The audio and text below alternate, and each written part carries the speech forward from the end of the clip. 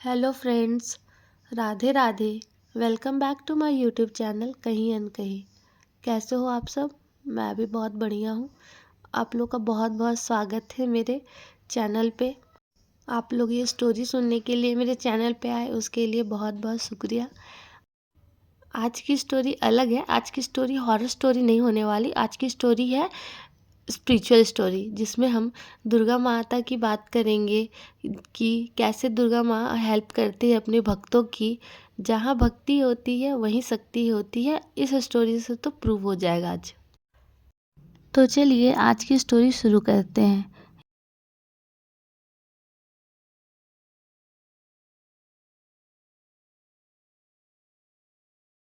तो आज की ये जो स्टोरी है ये यूपी से है, ममता नाम की लड़की की।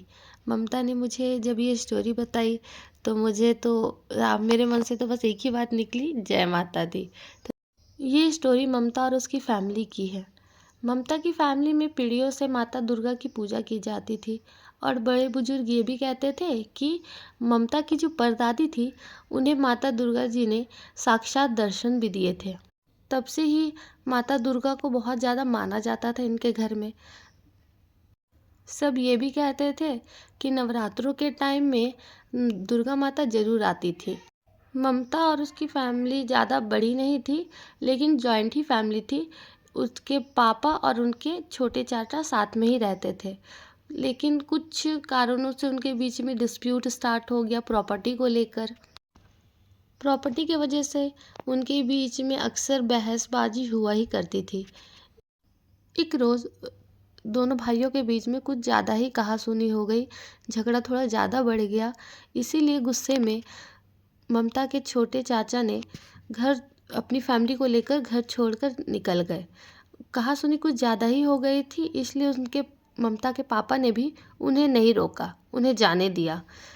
इसी तरह दोनों के बीच कुछ ना कुछ बात को लेकर बहस होती रहती थी। दोनों के बीच में झगड़ा बढ़ता ही जा रहा था। एक रात क्या होता है कि जब ममता के पापा और उसकी मम्मी सो रहे थे, खिड़की से एक पत्थर आता है, सीधा ममता के पापा के सिर पे जाके लगता है, जिनकी वजह से उन्हें चोट भी लगती है और उनकी वजह से उनकी नींद भी खुल जाती है।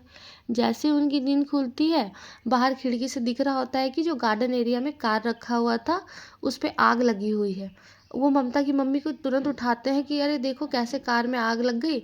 वो लोग जैसे बाहर जाते हैं, बाहर से उसके चाचा भागते हुए नजर आते हैं और सब आग बुझाने की कोशिश कर रही थी। तब तक ममता की मम्मी माता रानी से प्रे करती है कि माँ ये क्या हो रहा है हमारे घर में, सुख शांति बनाए रखिए, ऐसे कैसे हम लोग रह पाएंगे अच्छे से। तभी पता नहीं बिन मौसम कहाँ से बरसात हो जाती है और गाड़ी जो जल रही थी उसमें पानी पड़ने की वजह से वो जलना बंद हो जाती है। गाड़ी का तो बहुत ज़्यादा नुकसान हो चुका था, लेकिन अगर बारिश नहीं होती तो उससे भी ज़्यादा नुकसान हो सकता था। वो बच गया।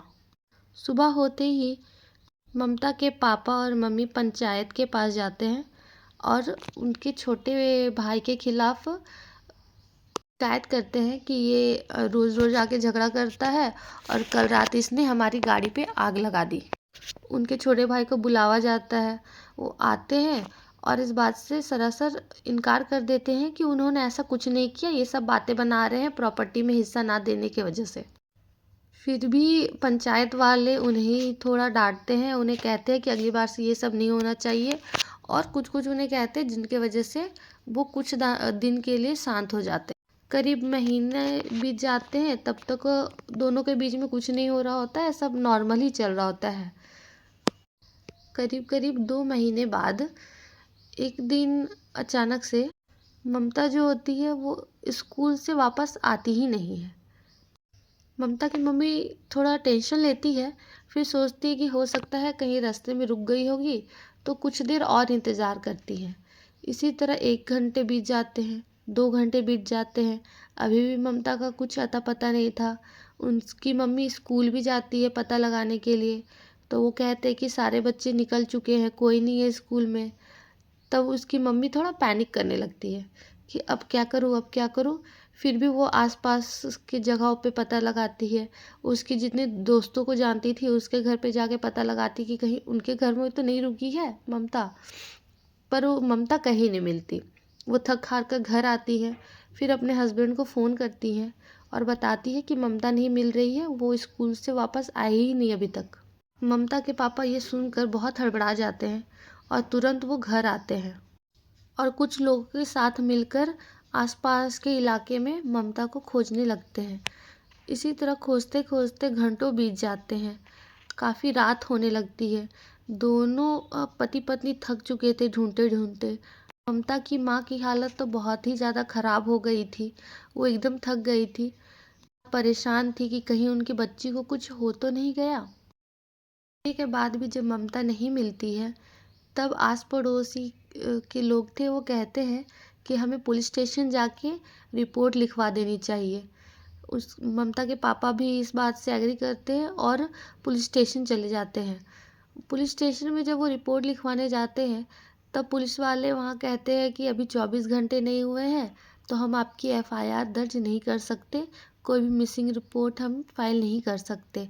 आप 24 घंटे देख लो, उसके बाद भी अगर बच्ची नहीं मिलती है तो हम ज़रूर आपकी हेल्प करेंगे। साथ ही साथ ये भी कहते हैं कि अगर आपको कोई ऐसा फ़ोन आता है जिसमें बच्ची की बजाय रकम मांगा जाए तो आप तुरंत हमारे पास आ जाइएगा, तब हम जल्दी से जल्दी कार्रवाई शुरू कर देंगे।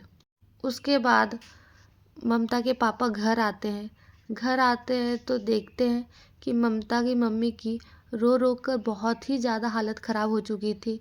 वो उन्हें समझाते हैं कि हम हमारी बच्ची को कुछ नहीं हुआ है, एकदम ठीक है, तुम बेकार में ही ये चिंता कर रही हो, अभी हम ढूंढेंगे ना, कुछ नहीं होगा, तुम आराम करो, थोड़ा देर आराम से बैठो, मैं जा रहा हूँ ढूंढने। उसके बाद फिर वो ढूंढने के लिए निकल जाते हैं। ढूंढते ढूंढते रात के 1 बज जाते हैं। सभी लोग फिर धीरे धीरे कर अपने घर चले जाते हैं।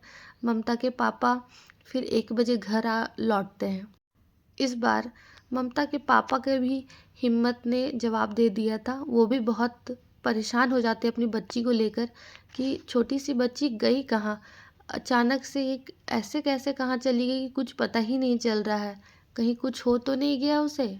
दोनों पति पत्नी बहुत परेशान थे। दोनों इतने थक चुके थे, वो सीधा माँ के चरणों में जाके पड़ जाते हैं कि माँ अब आप ही सा रास्ता दिखाओ, आप ही हमारी बच्ची को ढूंढ के लाओ। अब हम अपनी बच्ची को आपके हवाले कर रहे हैं, आप ही उसे ढूंढ के हमारे पास ला सकती हैं।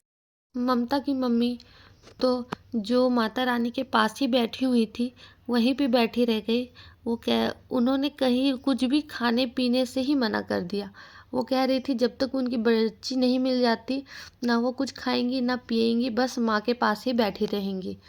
और इसी तरह करते करते, रोते रोते उन्हें कब सो जाती हैं, उन्हें पता ही नहीं चलता। जब वो सो रही थी तो उन्हें सपना आता है कि माता रानी उनके पास आती है, उनका सिर सहलाती है और कहती है, बेटा तुम चिंता मत करो, तुम्हारी बच्ची एकदम सही है, एकदम ठीक है, मैं उसके साथ ही हूँ। आज सुबह तक तुम्हें तुम्हारी बेटी मिल जाएगी। और उन्हें रास्ता दिखाती है कि अगर तुम इस रास्ते से जाओगी तो तुम्हें तुम्हारी बेटी ज़रूर मिल जाएगी। ये बात बोलते ही माँ चली जाती है और जैसे माँ जाती हैं, ममता की मम्मी की नींद खुल जाती है। वो हड़बड़ा के उठती है और तुरंत ममता के पापा के पास जाके उन्हें जगाती है। कहती है, उठिए, चलिए, हमारी बेटी मुझे मिल गई है, हम जाके उसे ले आते हैं, जल्दी चलिए, उठिए ना, जल्दी चलिए। ममता के पापा भी जागते हैं। उसके बाद वो उन्हें सोचने लगते हैं कि इसे क्या हो गया, कहीं इसे दौरा तो नहीं पड़ रहा है बच्ची की वजह से। फिर ममता की मम्मी उनके पापा को सारा बात बताती है कि माता रानी आई थी मेरे सपने में, उन्होंने मुझे बताया, उन्होंने मुझे रास्ता दिखाया है अपनी बच्ची तक पहुंचने के लिए। जैसे ही ममता की मम्मी माता रानी का नाम लेती है, ममता के पापा और कुछ नहीं पूछते हैं, बस कहते हैं अगर माता रानी रास्ता दिखाया है तो चलो। वो लोग सुबह 4:30 बजे ही निकल जाते हैं अपनी बच्ची को ढूंढने के लिए और जैसे जैसे उन्हें सपने में दिख रहा था वैसे वैसे रास्ते पे वो चलती हैं और जहाँ भी वो रास्ता भटक रही थी, तब उन्हें उस वक्त माता रानी संकेत दे रही थी। कभी मंदिर की घंटियों की आवाज़ सुनाई देती है, कभी फूल नज़र आते हैं, कभी झंडा नज़र आता है उन्हें। इस तरह करते करते वो एक अजीब से जगह पे पहुंचती है जहाँ एक पुराना सा घर होता है। वहाँ पहुंचते ही ममता की मम्मी कहती है, यही है वो जगह जहाँ हमारी बेटी है। घर के बाहर ताला लगा हुआ था। घर की खिड़की से घूमते हुए देखते हैं तो देखते हैं ममता अंदर ही सोई हुई है और उसके बगल में एक कोई औरत बैठी हुई है लाल कपड़ों में, और वो ममता का सिर सहला रही है। ये लोग जैसे अपनी बेटी को देखते हैं, राहत की सांस लेते हैं। उसके बाद जल्दी से ताला तोड़कर अंदर घुसते हैं।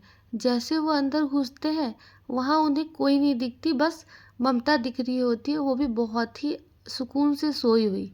ममता की मम्मी दौड़कर उसके पास जाती है, उसे उठा लेती है, उसे गले से लगाती है और बहुत रोने लगती है। तब ममता की नींद खुलती है। वो कहती है, मम्मी आप आ गए, पापा आप आ गए, आप लोगों ने इतना देर क्यों कर दिया आने में, मैं कब से आपका इंतज़ार कर रही थी। इतने में ममता के पापा उससे पूछते हैं, बेटा वो औरत कौन थी जो तुम्हारे पास बैठी हुई थी, जो जिसके गोद में तुम सोई हुई थी। ममता उत्साह के साथ बताती है कि अरे वो तो दुर्गा माता थी, आप लोग नहीं मिले उनसे, वो तो मेरे ही साथ थी कब से, जब से चाचा ने मुझे यहाँ छोड़ के गए हैं तब से ही वो मेरे पास है। मैं बहुत रो रही थी तब वो मेरे पास आ गई थी और तब से ही वो मेरे पास है और मुझे बहुत प्यार किया उन्होंने। वो कह रहे थे कि तुम डरो मत बेटा, मम्मी पापा जल्दी आ जाएंगे। ये सुनते ही ममता के मम्मी पापा को विश्वास नहीं होता है कि माता रानी ने उनकी बेटी का ख्याल रखा उतने वक्त से। फिर उसके बाद वो माता का शुक्रिया अदा करती हैं, उन्हें बहुत बहुत धन्यवाद करती है और अपनी बेटी को सही सलामत घर लेके वापस आ जाती है। घर आकर घर के मंदिर में भी वहाँ माथा टेकती हैं, वहाँ भी बहुत बहुत धन्यवाद करती हैं। सुबह होते ही ममता के पापा ममता को लेकर पुलिस स्टेशन जाते हैं और अपने भाई के खिलाफ पुलिस स्टेशन पर कंप्लेंट दर्ज करवाते हैं अपनी बेटी का किडनैपिंग के लिए। फिर उसके बाद पुलिस उनके भाई को पकड़कर ले जाती है।